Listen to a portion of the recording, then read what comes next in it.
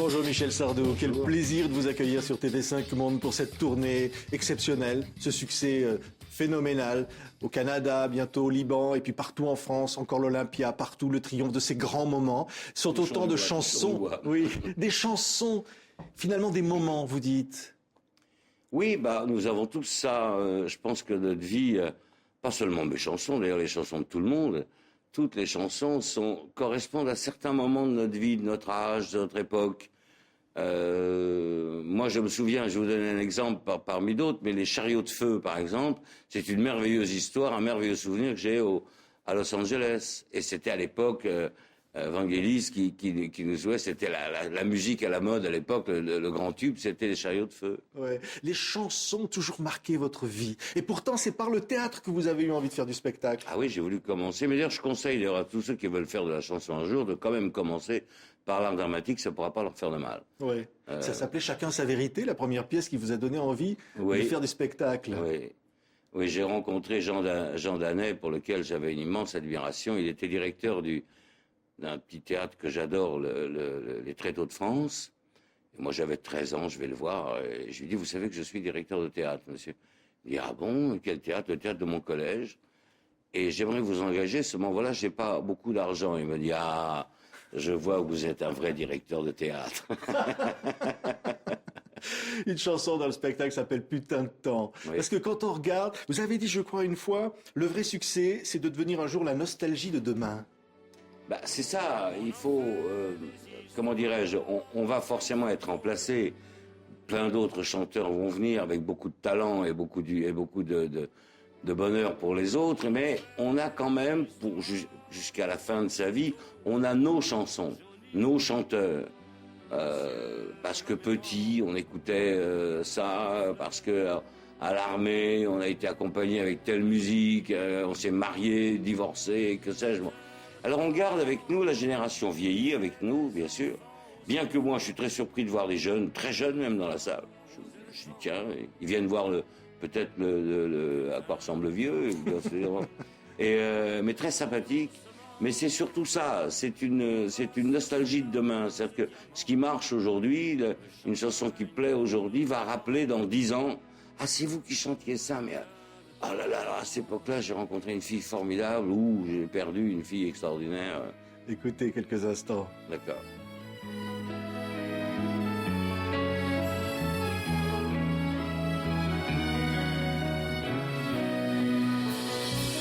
On cherche dans un livre les mots que l'on attend, de n'avoir pas su vivre sa vie au bon moment. On rencontre au hasard un témoin du passé et s'ouvre les armoires des sentiments blessés. Et on se rappelle encore aujourd'hui, Michel, l'avenue Hoche, la première audition, et on se dit, ces grands moments que vous chantez sur scène aujourd'hui, il y a eu un début, ça a commencé un jour. Ça commence toujours un jour et les débuts sont toujours difficiles, quelles que soient les périodes. C'est pas plus difficile aujourd'hui de débuter que c'était à mon époque ou 40 ans avant. Et ce sont des débuts bizarres parce que j'étais pas venu du tout pour ça. J'étais venu en fait pour montrer les chansons de quelqu'un d'autre, Michel Fugain pour ne pas le nommer. Et en fait, les chansons, on les a pas prises, ils m'ont pris moi. Bon. Mais j'y croyais pas. C'est-à-dire, j'ai dit, bon, je veux bien vous faire un disque si vous voulez, c'est marrant, ça m'a amusé, je connais pas, mais moi je suis plutôt comédien, je suis acteur, Et puis j'ai fait un disque, ça n'a pas marché du tout, ma mère en a acheté 12 évidemment, mais c'est tout ce qu'on a vendu, j'en ai fait un deuxième, ça marchait pas non plus, puis il y a eu un titre qui a commencé à fonctionner, Les Ricains, puis Petit. Que vous aviez écrit pour Alain Delon, ça c'est vrai? Les Ricains, oui. C'est incroyable cette histoire. Oh oui, c'est très long à raconter. Mais... Et après, il a fait Monsieur le Président de France, d'ailleurs. Il a repris une autre, le même genre. Et puis, le succès arrive. Et vous dites, finalement, avec une chanson complètement à côté. C'est donc les bals populaires. Et vous dites, il a fallu que je prenne tout à rebours. Oui. Et je n'y croyais pas du tout, parce qu'on était dans une époque, on est toujours dans une époque de style. Bon, là, c'est l'électro, je sais pas ce que ça peut être, peu importe. Et à l'époque, c'était un son spécial. Bon, et moi, j'étais aux antipodes, puisque j'arrivais avec accordéon, machin, ça me plaisait pas du tout d'ailleurs. Et je disais, oh, je veux pas sortir cette chanson, ça m'emmerde. Et heureusement que les producteurs de l'époque ont insisté, parce que c'est ce qui m'a mis sur le pied à l'étrier. Et comme derrière, il y avait une très bonne chanson qui était La maladie d'amour, ça enquillait sur La maladie d'amour. Ouais. Et là, vous avez raconté dans un livre qui disait, évidemment, maintenant, il n'y a plus rien à dire de plus. Oui, voilà, C'est-à-dire, vous passez de rien à tout. Mais... Vous vivez dans une chambre de bonne, quasiment, et puis ça y est, le succès arrive. Ouais. Et finalement, quasiment, j'habitais à Pigalle, au-dessus du Palais des Jeux. Je peux vous dire que c'était pas très confortable, mais j'ai pas eu une mauvaise bohème, comme on dit. Je vivais, comme tous les jeunes qui débutent dans ce métier, on n'a pas de pognon.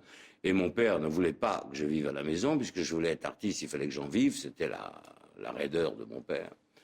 Et donc, je sors de ma chambre de bonne et je me trouve d'un seul coup avec des droits d'auteur à tomber, des concerts partout. À l'époque, c'était beaucoup plus facile de travailler, de chanter. Il y avait beaucoup plus ça allait des baloches. On faisait 3-4 concerts par jour, plus le cabaret le soir. Oui, et alors on va entendre Les villes de solitude. Après La maladie d'amour, il y a des chansons qui racontent notre époque, qui racontent notre temps, et vous n'avez pas peur de dire « je ». Vous avez dit dans ce livre que Vline Buggy vous a dit un jour, s'il n'y a pas de refrain dans une chanson, tu dis « je ». Mais le « je », finalement, va être la source de tous les malentendus. Bah oui, mais d'un autre côté, comment dirais-je, c'est plus facile à interpréter quand on dit « je » que « on ».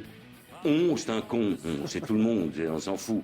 Tandis que quand j'ai fait le France et que je le fais parler comme un homme, en disant j'étais un bateau gigantesque ou je veux plus qu'on m'appelle France, c'est un coup plus significatif pour les gens, plus fort.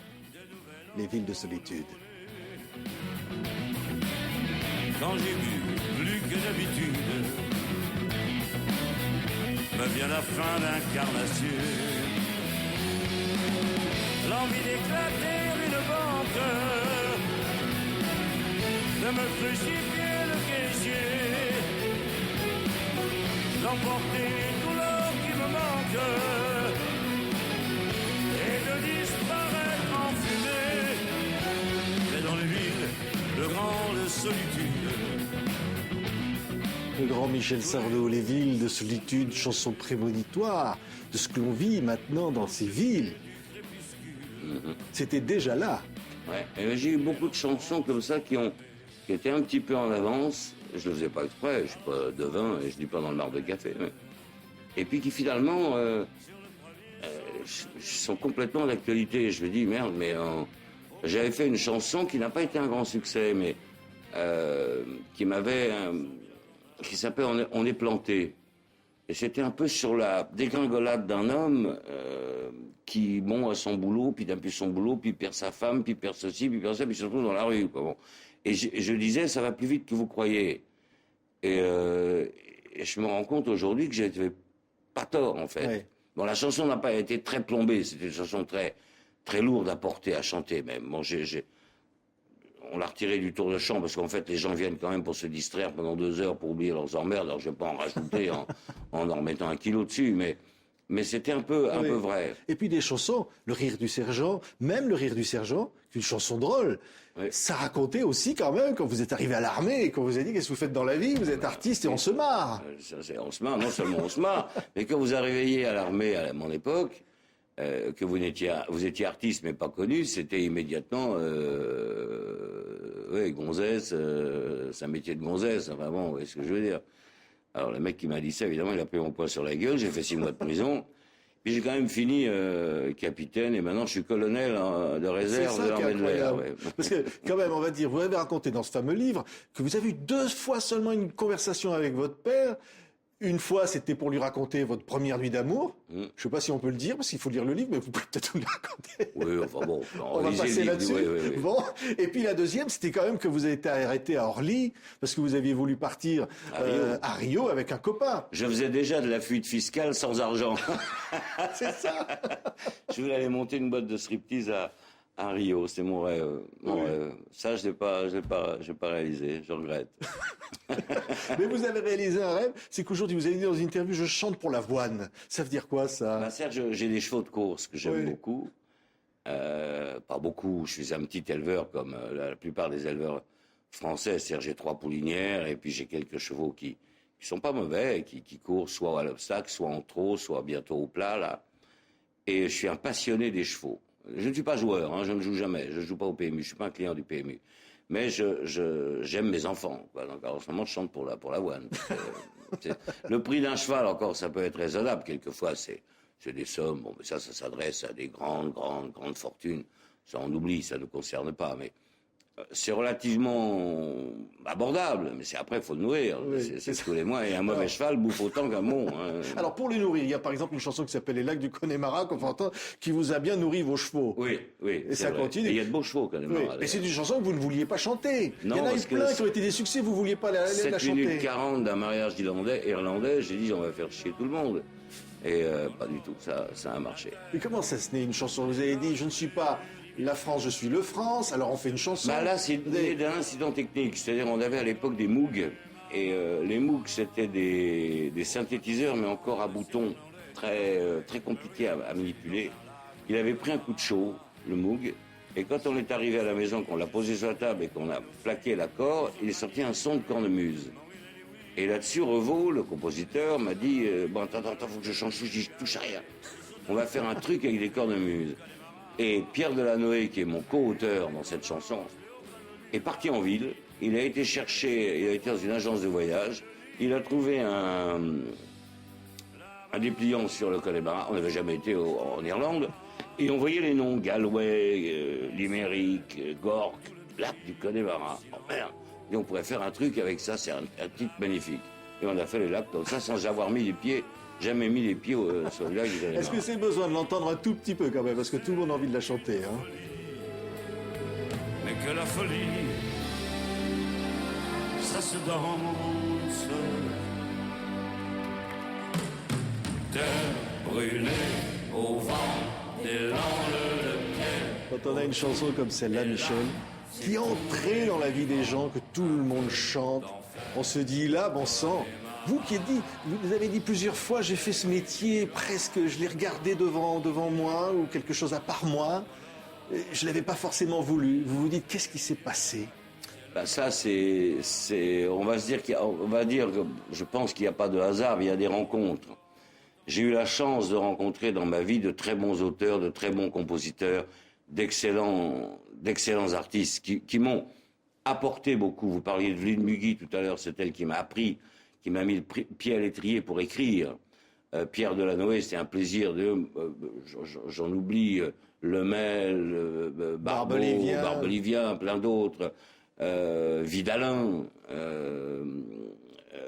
tous ces gens-là m'ont apporté la connaissance du métier. Donc vivre avec ces gens-là, se mettre à table comme on est là, mais sans caméra, sans micro, puis discuter, tiens, qu'est-ce qu'on peut faire, de quoi on peut parler, de quoi t'as envie, qu'est-ce que t'as lu? Parce que très souvent, ça vient d'un journal, ça vient d'un titre de journal. Je me rappelle d'une chanson qui n'a pas été un grand succès, mais que j'adore, qui s'appelle « Le Paraguay n'est plus ce qu'il était ». Magnifique, oui. Et moi, j'avais rajouté en dessous du journal, moi non plus. Et c'est ça qui est dans la chanson. Et c'est ça qui est dans la chanson, oui. Et c'est vrai que pour la maladie d'amour, Elle court. C'était le titre d'un film, s'appelait Elle court, la banlieue. Est-ce que ça a un rapport? Ça n'a pas de rapport, non. Ça n'a pas de rapport. On a mis des semaines et des semaines et des semaines, parce que la musique était tellement parfaite, c'est-à-dire légère, que dès qu'on mettait un mot, quel que soit le mot, ça faisait plonger. Et puis je ne sais plus, entre Yves Desca et moi, qui a eu l'idée de dire Elle court, la maladie d'amour, j'en suis peu importe, parce qu'on travaillait tellement en commun qu'on ne sait plus qui a fait quoi, donc on coupait tout en deux, comme ça on était tranquille. Et là, ça a fonctionné. Mais ça a mis des mois. On mettait des trucs, on essayait de raconter l'histoire immédiatement, c'est pas terrible. Oui. Et le public, on va entendre Salut, qui est la chanson pour le public, parce que c'est le public qui vous a fait. Ça vous empêche pas de dire, je suis un menteur professionnel. Mais bien sûr. Ça veut dire quoi, ça, Michel? C'est ce que disait mon beau-père François Perrier, moi, profession menteur. C'est-à-dire? J'ai un masque, je me maquille, je rentre sur scène, je chante des chansons, mais c'est des sketchs pour moi, c'est des petites scènes. Comme quand je rentre au théâtre, je suis un personnage, je bascule, c'est l'expression, dans le personnage. C'est bien sûr que c'est moi, mais c'est pas moi non plus. Vous n'allez pas croire une seconde que je fais ça. Donc quand je rentre en scène, très souvent il y a un malentendu parce que comme il y a je et que c'est moi qui se met sur scène, il pense ça. Mais non, on a fait une chanson là-dessus. Bon, mais ça ne veut pas dire qu'au fond de mon cœur, c'est quelque chose à laquelle je pense tous les jours. Non, on joue des scènes. C'est un mensonge. C'est un très beau métier, menteur professionnel. Il y en a qui mentent professionnellement, qui n'en font pas un métier, qui se croient très vous au-dessus pensez de à nous. l'actualité, là, Oui, non? oui. Vous pensez à Cahuzac, vous pensez Non, pas à Cahuzac, le pauvre, laissons-le. Il a déjà du mal. Enfin, le pauvre, quand je dis le pauvre, c'est sa façon de parler, mais il a déjà du mal. Mais je veux dire, il y a beaucoup de promesses qu'on ne tient pas, beaucoup de mensonges pour gratter ceci, cela.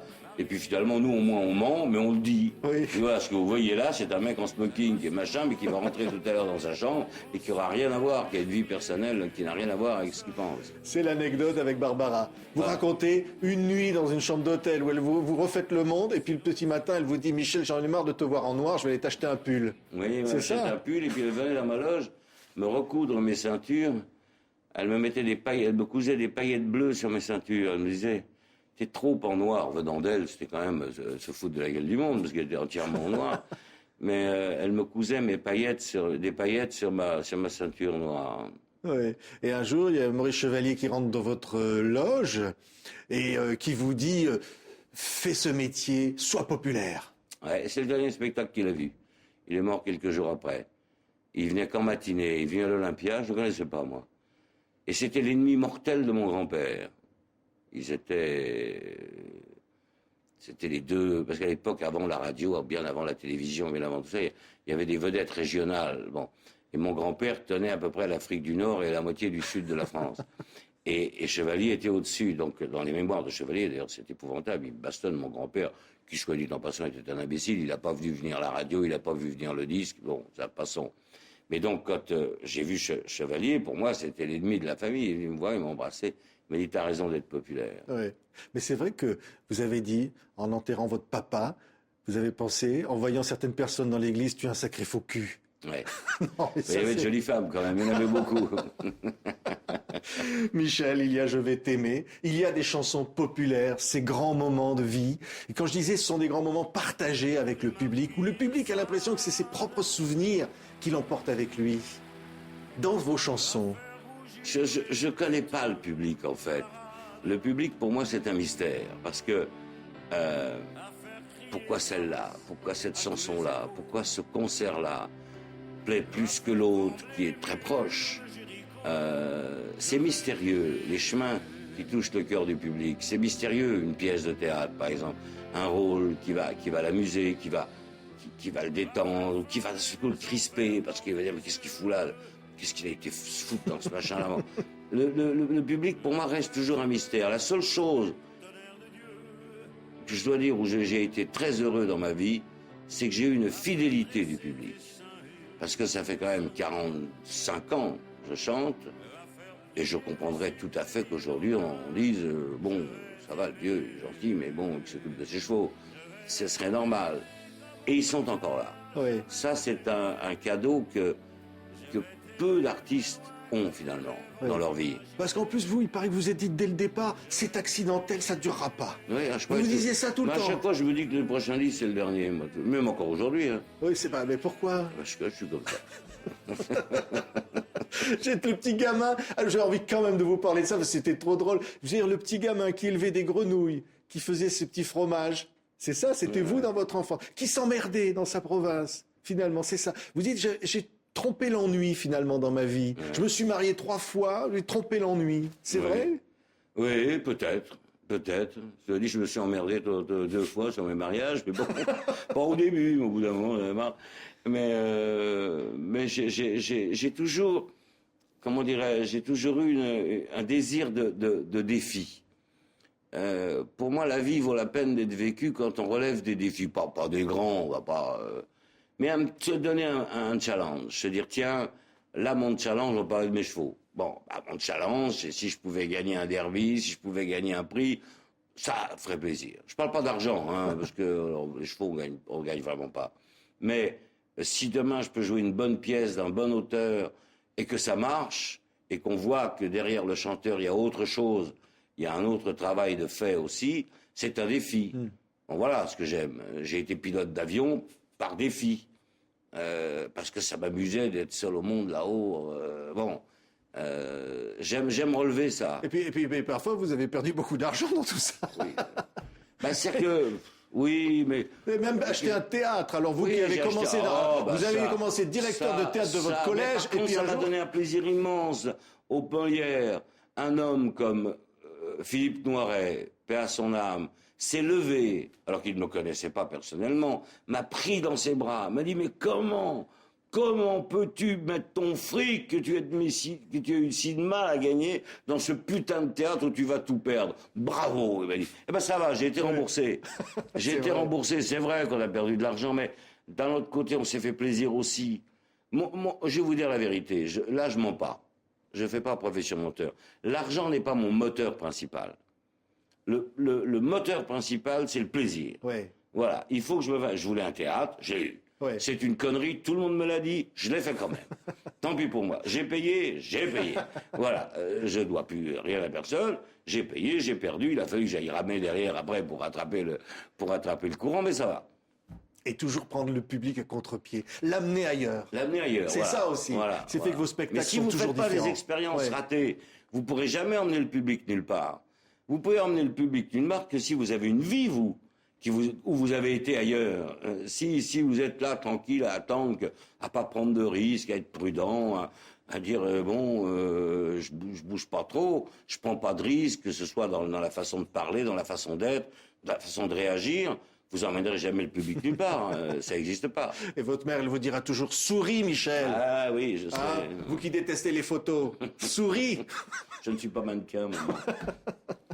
Merci Michel Sardou. C'est moi qui vous remercie. C'était un grand bonheur de dire que la tournée continue. On va vous voir à l'Olympia pendant plusieurs jours. Au mois de juin, vous allez être au Liban. Vous continuez une tournée avec les grands moments numéro 2, avec encore 10 chansons en plus par rapport à la première tournée qui est un triomphe. D'autres chansons encore. Vous allez chercher, vous les choisissez comment ces chansons? On va les chercher là parce que on a très peu de jours malheureusement pour répéter. On a que 5 jours. Donc on est en train de faire le tri, on est en train de mettre ça au point. Je peux pas trop vous dire. Il y en aura au moins une dizaine de plus différentes que sur la version numéro 1. Merci Michel Sardou. On voulait vraiment vous dire qu'on était très heureux de vous avoir aujourd'hui sur ce plateau et vous remercier pour tout ce que vous donnez au public. C'est moi et je vous remercie pour votre accueil. Vous êtes très chaleureux. Merci Michel. Merci.